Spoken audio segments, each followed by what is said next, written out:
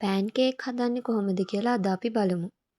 අපිට මේකට ඕනි වෙනවා පිටි ග්‍රෑම් 250යි, පොල් බෑ එක, මිටි කිරි, ඒ වගේම ලුණු කුඩු, කහ කුඩු.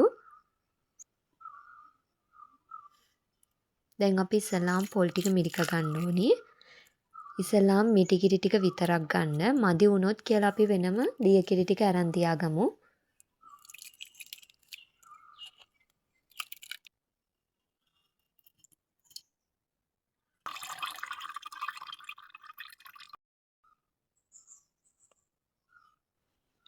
දැන් අපි ඉස්සෙල්ලාම පිටි ටිකට මිටි කිරි ටිකෙන් ටික එකතු කරලා අනා ගන්න ඕනි.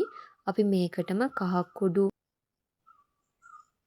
කුඩු තේ හැඳි භාගයයි, ඒ වගේම ලුණු කුඩු තේ හැන්දක් එකතු කරගන්න.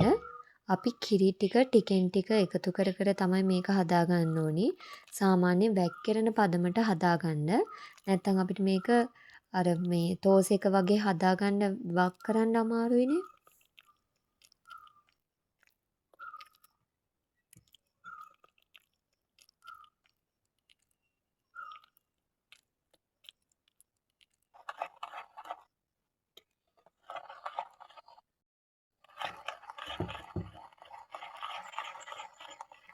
දැන් අපි අපේ පිටි මිශ්‍රණය හදාගෙන ඉවරයි.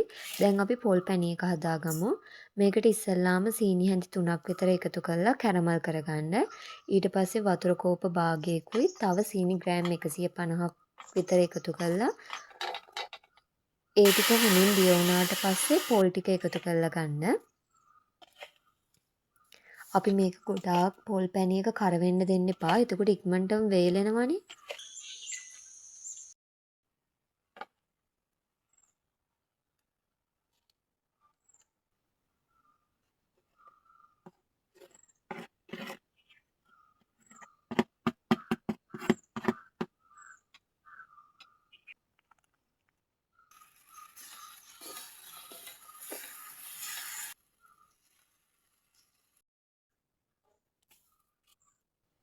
හරි දැන් අපි අපේ පොල් පැණි එකත් හදාගෙන ඉවරයි.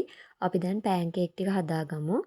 ඉස්සෙල්ලාම මං පෑන් එක ලිපේ තියලා ඒකට තෙල් චුට්ටක් එකතු කරගන්නවා.